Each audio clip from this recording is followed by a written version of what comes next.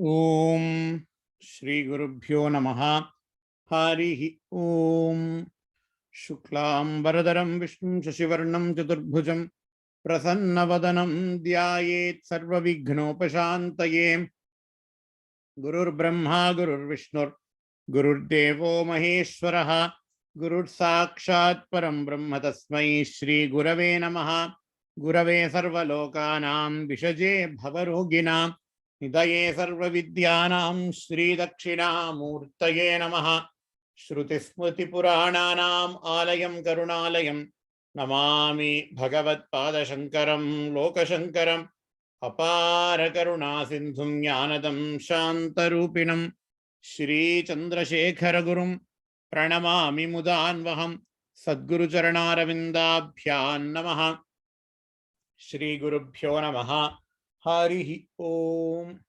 In Viveka Chudamani, after talking about the Jagan Mithyatvam, after establishing through Shruti, Yukti and Anubhava. Shruti through Vedas and Shastras, Yukti through logic, Anubhava through experience.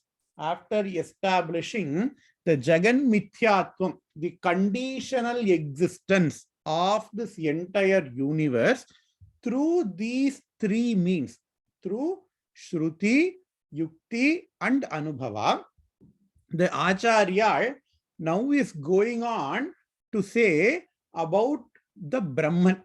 Okay, you said Jagat is nothing but Brahman. But what is Brahman? What is really Brahman? We don't know. That topic has not been discussed. So here now the Acharya is talking about the Brahma Lakshanam. These shlokas are Brahma Lakshana Stotra shlokas. So what is that? The first shloka, half of the first shloka we saw in the last class. Atah param brahma satadvitiyam. Atah param brahma sadadvitiyam. Vishuddha vijnana ghanam niranjanam. Prashantam adyanta vihinam akriyam nirantaranantara swarupam. And on the right hand side, what I did was I have basically pooled those namas in Lalita Sahasranama that actually corresponds to each and every aspect of Brahman that is being talked about in this shloka. That is why Lalita Sahasranama and Sri Vidya Upasana is very close to Advaita philosophy, says Mahaperiyava in his Devatin Kural. In Mahaperiyava says Sri Vidya Upasana and Lalita Sahasranama is very close to Advaita philosophy. The goal of Advaita, the goal of Sri Vidya, they all are the same, says Mahaperiyava and Devatin Kural.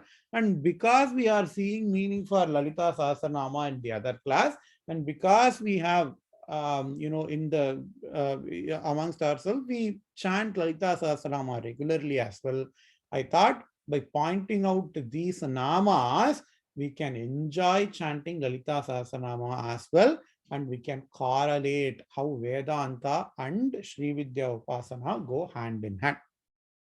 Now let us go see the meaning. Atah param brahma sat advitiyam.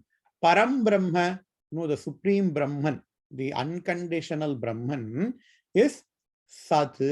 Sat means existence. Sat means unconditional existence, having existence as its intrinsic property, having an independent existence. Brahman does not depend upon anything else for its existence. On the other hand, whatever we see in this Jagat, they are dependent upon Brahman for its existence. Ultimately, they depend upon Brahman for its existence. Okay, can you give me an example? I have a plastic cup in front of me. That plastic cup, it depends upon plastic for its existence. If you remove plastic from that plastic cup, then the cup does not exist. So the plastic cup depends upon plastic for its existence. Okay, what about the plastic? That plastic depends upon atoms for its existence. Plastic is nothing but carbon and hydrogen.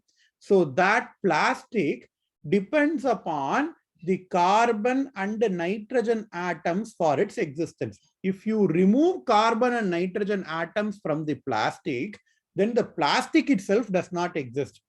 Okay, can we say then the atom has got an independent existence? No, atom depends upon electron, proton, neutron, etc. for its existence.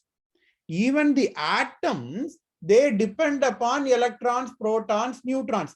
If you remove electrons, protons, and neutrons from the atoms, then the atom does not exist. Okay, what about those subatomic particles, electron, protons, and neutrons? Even they, even according to science, even those subatomic particles, they depend upon even smaller particles like leptons, gluons. They say, you know, if you look at the standard model of particle physics right now, they don't talk about electrons. They talk about even more particle, even more fundamental particles, even more fundamental than electrons. That is what science comes up to now. Who knows? 100 years from now, they say, okay, no, even leptons, they are not the fundamental particle. People will say, there are particles even more fundamental than lepton. That cycle, if according to science, it is never going to end, because we ourselves have seen in our own lifetime. Even me, when I studied physics when I was in school, they say atoms can neither be created nor be destroyed. Atoms are the fundamental particles of physics. Even I read in physics like that. But now they say, no, atoms are not the fundamental particles. Electrons, protons, neutrons are the fundamental particles. Now they said, no, not electron, proton, neutron, even more fundamental to electron, proton, neutron. There are particles. Even now, standard physics, it is not complete yet.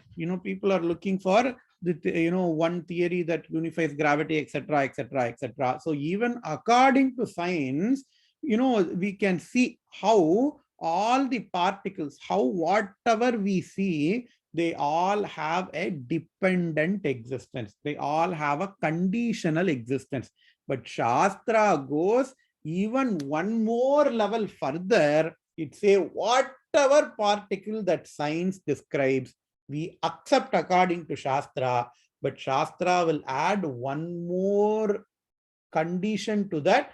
Even that particle depends upon Brahman for its existence. So Brahman is independently existing. Whatever blessed thing that you produce in this universe, they, including space and time, they all have dependent existence. Normally, we don't think of space and time as something which has got a dependent existence. We take space and time for granted.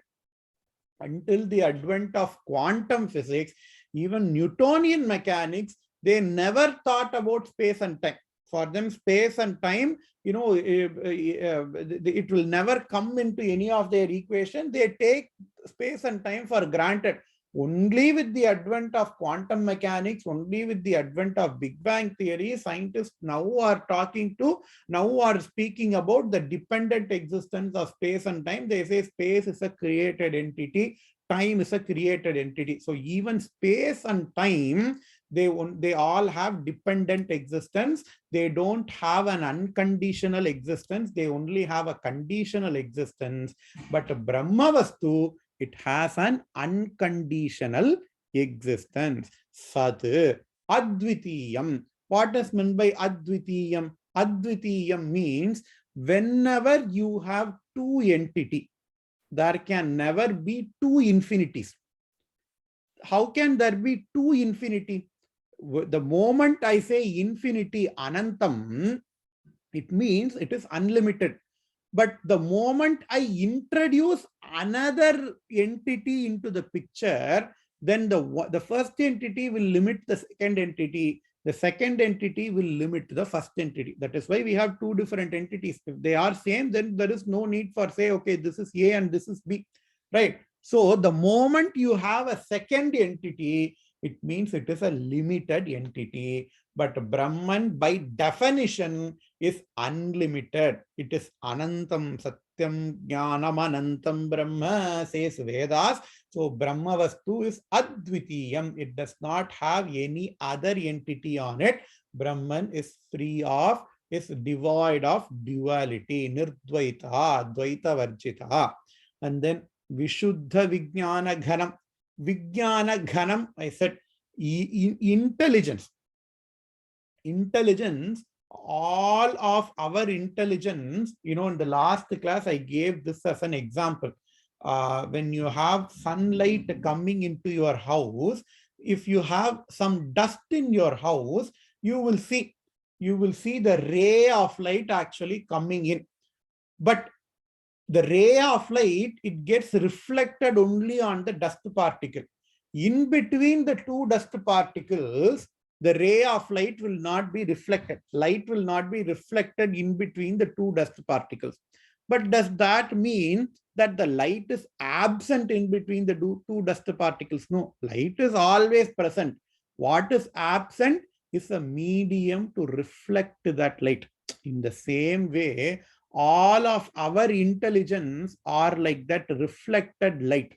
All of our intelligence, nammuடைய chaitanyam, nammuடைய vijnanam, vijnana, vijnanamaya kosham.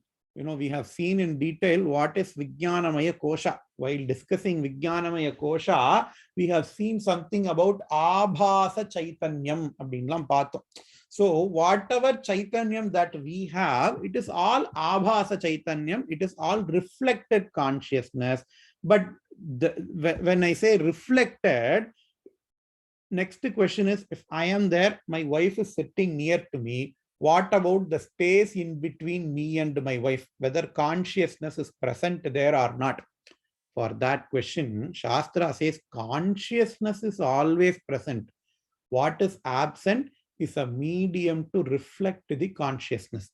Just like when that ray of light falls onto your house, in between the two dust particle, light is there. You cannot perceive that light because a reflecting medium is not present. In the same way, Vijnana Ghana. Ghana means so dense. Ghana means so densely packed. So Vijnana Ghana means without any gap. Vijnanam, that consciousness, that Chaitanyam principle it is pervading this entire universe, but we don't see that because of the absence of reflecting medium. Just because we don't perceive it does not mean it is not present. It is all we say is we don't see it because of the absence of reflecting medium. But Brahmavastu is Vijnana Gharam and Niranjanam. Anjana means without any tamoguna, without any avidya. Anjana means that kannu kittukra maiyikku peru anjanamnu peru. What is that? It is black in color. In Shastra, black denotes avidya or ignorance. There is not even an iota of ignorance present in Brahmavastu. Niranjanam. Prashantam. Prashantam means ever peaceful. Brahmavastu is ever peaceful. Why? Because the major source for our peacelessness and a disturbed mind, the major source for our peacelessness is because of our limitations. That limitations can be emotional limitation, that limitation can be financial limitation, or that limitation can be our limitation in time.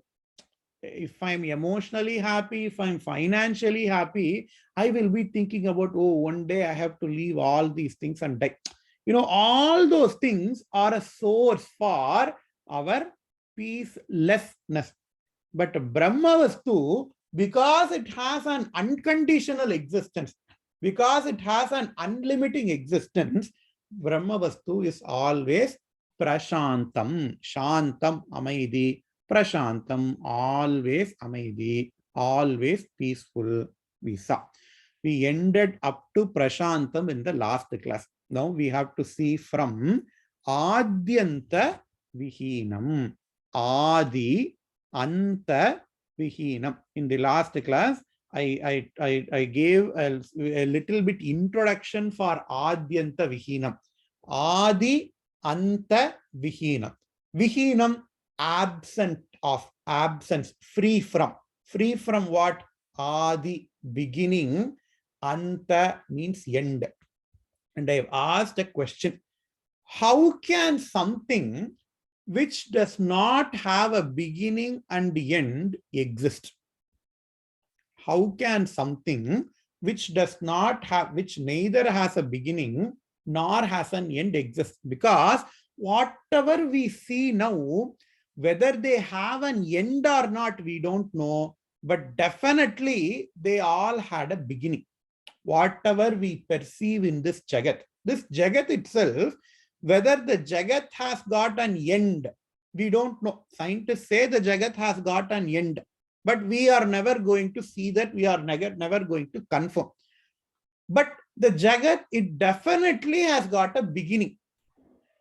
Big Bang, science says Big Bang, the whole universe started from this Big Bang. So it definitely had a beginning.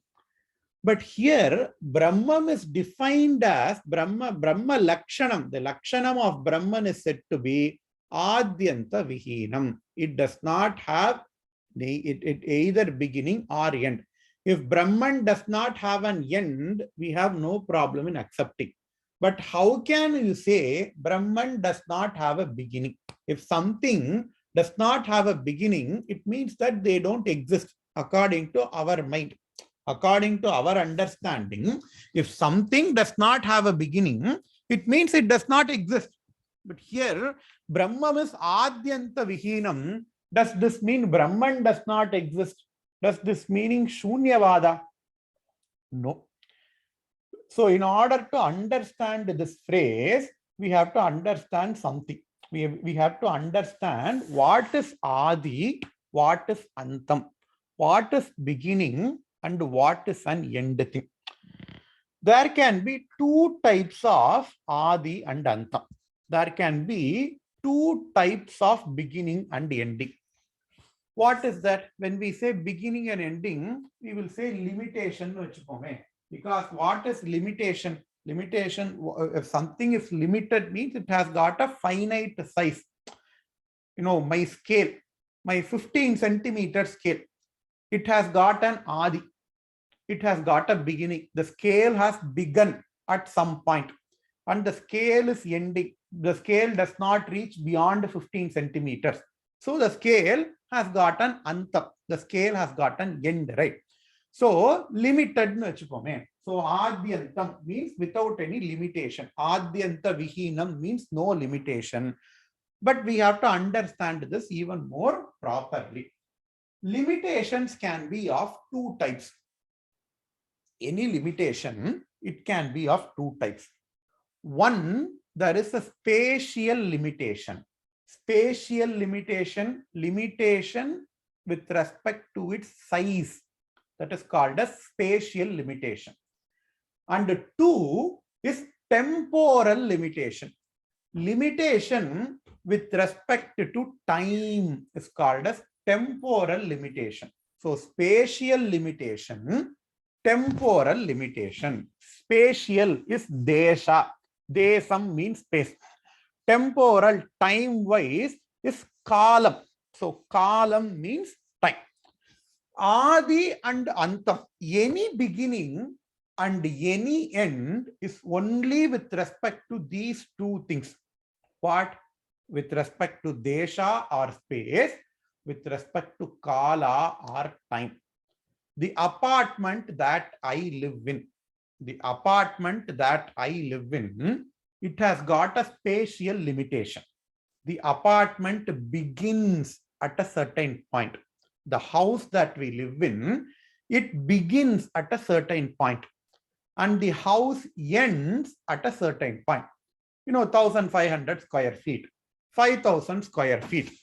The house begins and it ends. So the space that is encompassed, the 5,000 square feet, that is that is onto which my house is present, it has got a beginning.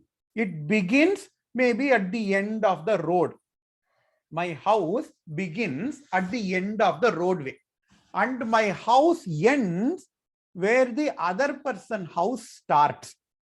My house begins at the end of the roadway, and my house ends where the other person's house starts. So that is Adi and Antam with respect to space. That is Adi and Antam, beginning and end with respect to the space. What is Adi and Antam with respect to time? Meaning, my house was built on such and such date. My house, it was built on such and such date. Before that date, my house was not there.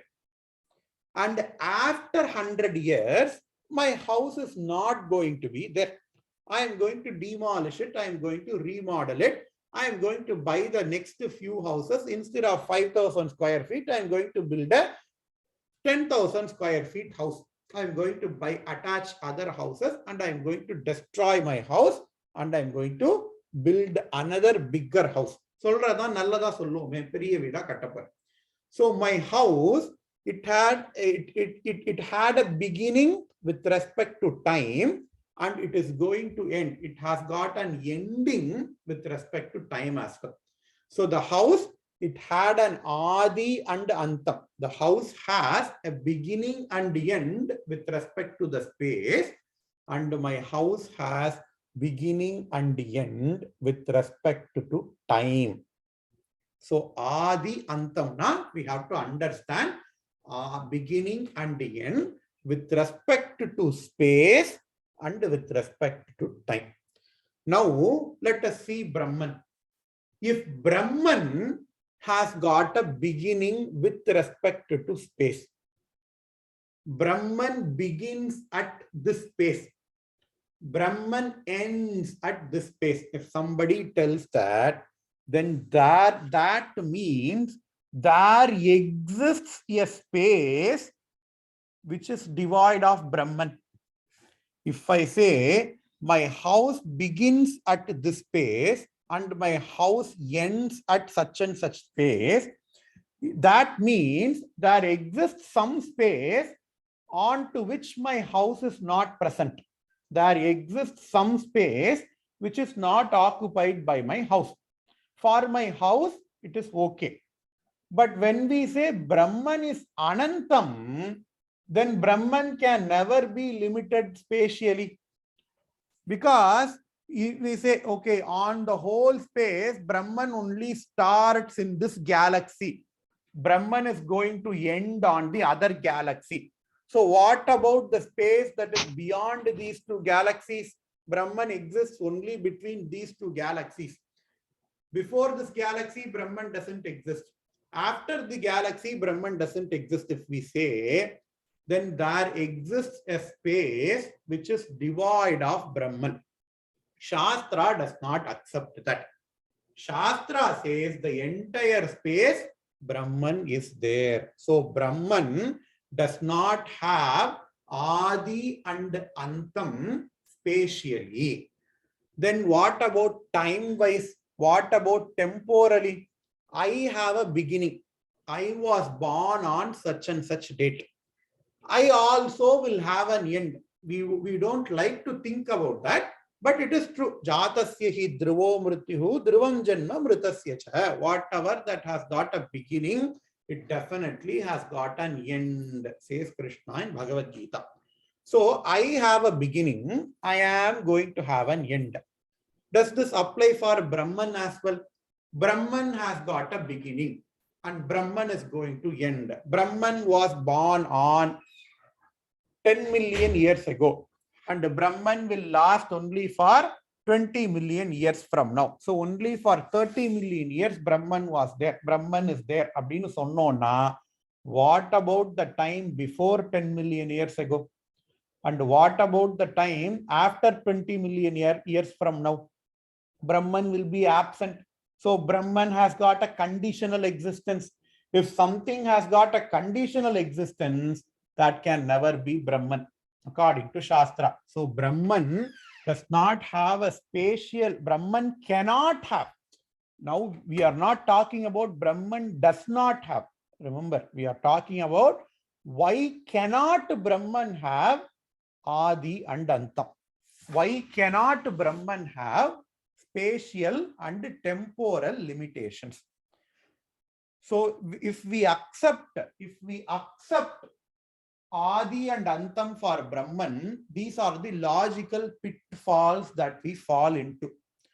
Okay, I take Veda's words, because Veda says Brahman is Anantam, Anantamna without any limitations. I take Veda's words for Adyanta Vihinam. But how can I understand that? The question comes. Okay, I get your point. I accept your point that Brahman does not have a spatial or temporal limitation. But how can I understand it? My intellect is not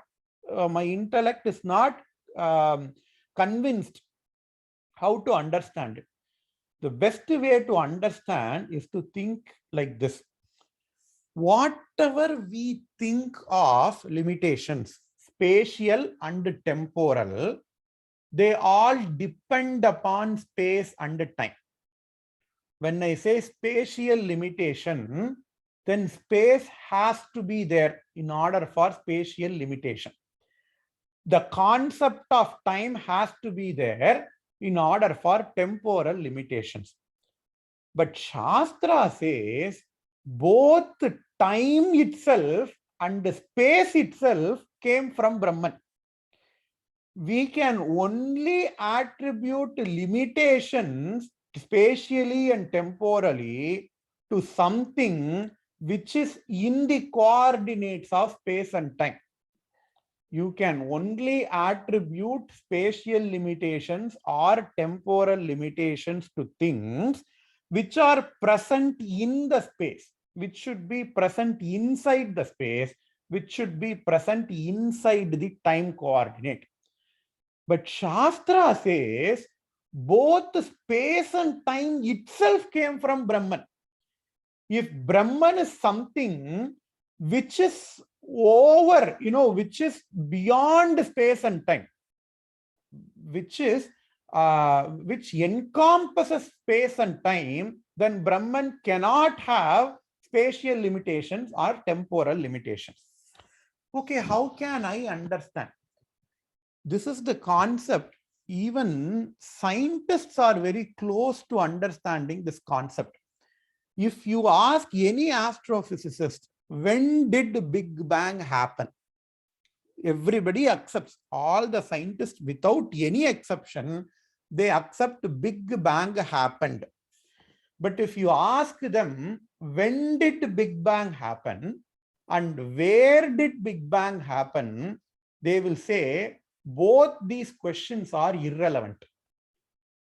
If you ask these two questions to a scientist, when did Big Bang happen? Where did Big Bang happen? Scientists would say these two questions are irrelevant. If you ask them why, they will say space and time are the products of Big Bang. Before Big Bang, scientists, we cannot even accept the term before Big Bang, because when you want to say before, it means a time is involved. When you want to say before Big Bang, what is there? Scientists will never answer that question, because before Big Bang or state illa. Only with the advent of Big Bang, time came. Only with the advent of Big Bang, space came. So the question of what happened before Big Bang, or before Big Bang what was there, or where did Big Bang happen, all these questions are irrelevant because the time and the space, they all came from Big Bang, says science. நம்ம சாஸ்திரத்துல அதே தான் சொல்றோம். Brahman, from Brahman, time and space came. So all the limitations that are attributed to space and time, all the limitations that are attributed with respect to space and time, it will not limit Brahman, because Brahman is beyond the realms of space and time. There is a beautiful Nama in Lalita Sahasranama which I forgot to mention here. You know, the Nama Anadhi Nidhana, it says Adyanta Vihinam. Anadhi Nidhana. Adi means beginning. Nidhanam means end. Anadhi Nidhana, without any beginning and end. There is also another beautiful Nama in Lalita Sahasranama, Desha Kala Parichinna. Desha Kala Aparichinna. Parichinna means limited. Aparichanna means without any limitation. Without any limitations of what? Desha, space, Kala, and time. Ambal does not have any limitations with respect to space and time. Adedha inge solra Adyanta Vihinam. Adi, beginning. Antam, end. They both describe limitations. Beginning and end na. Before the beginning, it was not there. After the end, it will not be there. So it is limited. Desha Kala Parichinna. Without the Parichinnam, limitations of space and time, says Lalita Sahasranama. In fact, a beautiful point to be noted here is the concept of space and time. Scientists, at least space, they accepted in Newtonian mechanics as something that is tangible. Tayatha patti avanga onnume sollala, but Shastra says space and time, they go together. Now what does Einstein says? Einstein theory of relativity says space and time are interchangeable. Space and time are linked to each other. That is why people who are interested in physics, they find Vedanta very, very fascinating. And people who can understand Vedanta, they can accept quantum physics very, very easily. So these two can go hand in hand. Adyanta Vihinam. And the next Nama is Akriyam. So for Adyanta Vihinam, the corresponding Nama in Lalita Sahasranama is Anadhi Nidhana and Desha Kala Parichinna. There are other namas, so even Sarvaga we can say. We are not going into too much into Lalita Sahasranama because this is Viveka Chudamani class. So let us go to the next aspect of Brahman, Akriyam. Kriya means doing. Akriyam. Brahman is Nishkriyam. Nishkriya, Brahman does not do anything. Brahman does not do anything. How can I understand that? I do things. If I don't do anything, then it is a limitation for me. I do a lot of things. If I say, then people will respect me. I cannot do anything. If I say, then nobody is going to respect me. Then how can you say Brahman is Nishkriyam? Brahma Vastu does not do anything. It is a very important concept in Vedanta. Brahman is Nishkriyam. Brahman is Nirgunam. It will negate everything. How can Brahman, it can be Nishkriyam? In order to understand that, we have to first understand what is a Kriya. What is an action? An action involves a movement. Any action involves a movement.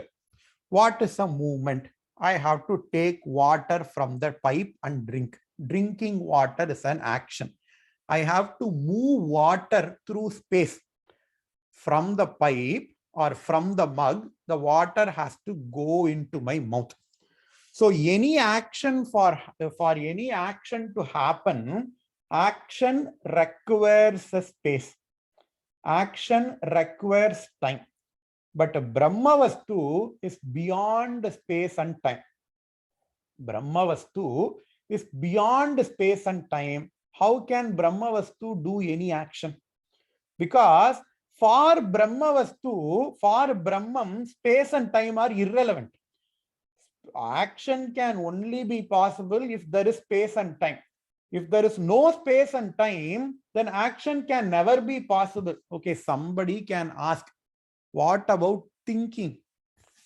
Thinking is an action.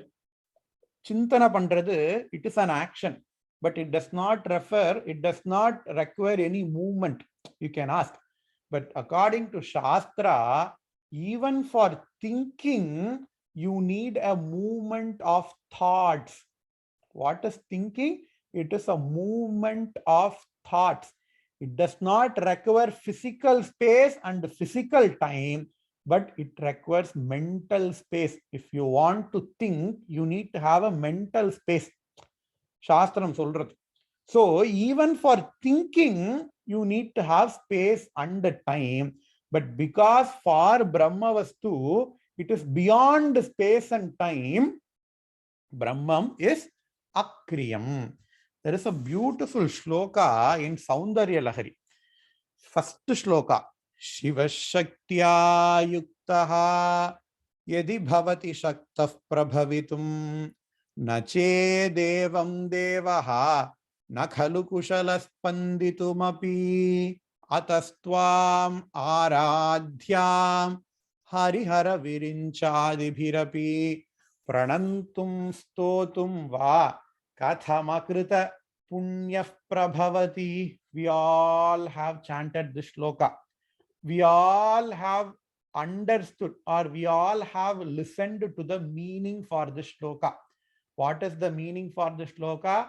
Hey Ambal, hey Parashakti, without your help, Shivaha Shaktya Yuktaha Yadi Bhavati Shaktah Prabhavitum.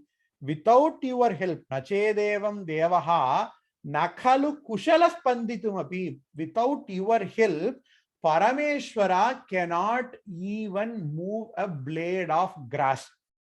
That is the meaning for this shloka.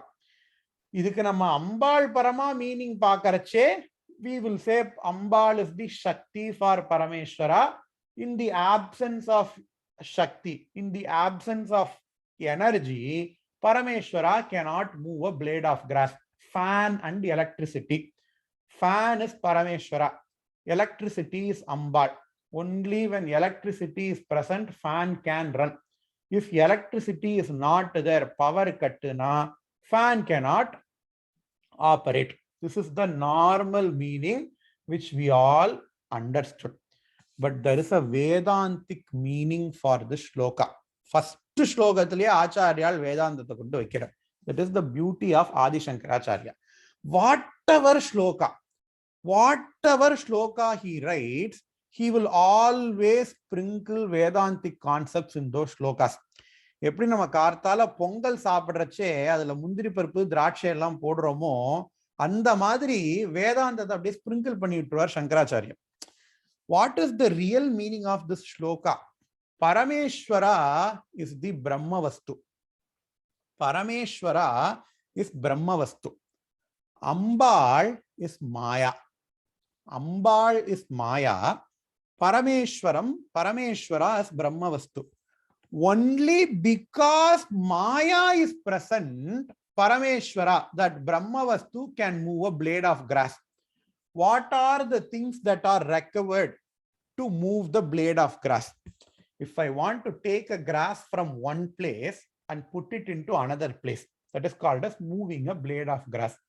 What are the things that are needed? First of all, you need a blade of grass. You need grass. And you need space. You need grass, you need space, and you also need a mover. A person who takes the grass from one place and puts into another place. If for the movement of blade of grass, you need all these three things. But what did we saw about Brahman? Brahmavastu is unlimited. How can Brahmavastu is Advitiyam. Brahma Vastu is Adyanta Vihinam. So there is no space in Brahman. There is no inside to Brahman. There is no outside to Brahman. There can never be a blade of grass existing apart from Brahman. So without Maya's help, there is no grass, there is no space, there is no mover. If all these three are absent, how can Brahma Vastu move a blade of grass? That is the real meaning of the first shloka of Saundarya Lahari. For the first shloka of Saundarya Lahari, if we see Bhashya, 14 different types of Bhashyas are present.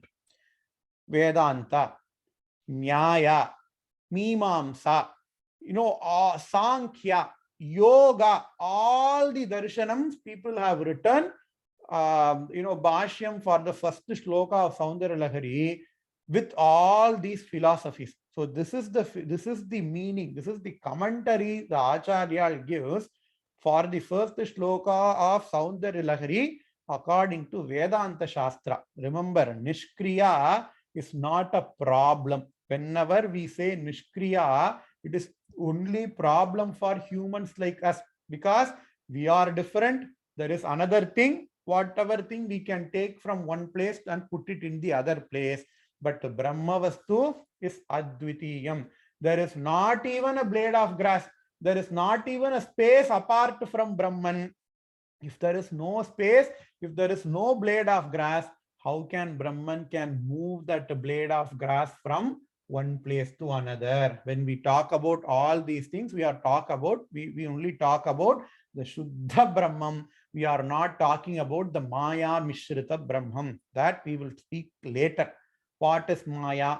How can Maya induce Brahman? All these things, we will talk about these things later.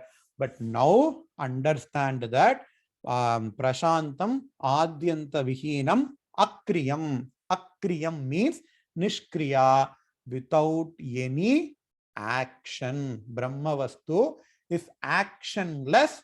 For any action, it requires space and time. Because Brahman is beyond space and time. Brahman is transcended. Brahman transcends both space and time. They all becomes irrelevant for Brahma Vastu. With this, we will finish today's class. Purnamadah Purnamidam Purnat Purnamudachyate Purnasya Purnamadaya Purnamevavasishyate. Om Shanti Shanti Shanti. Shri Gurubhyo Namaha. Harihi Om.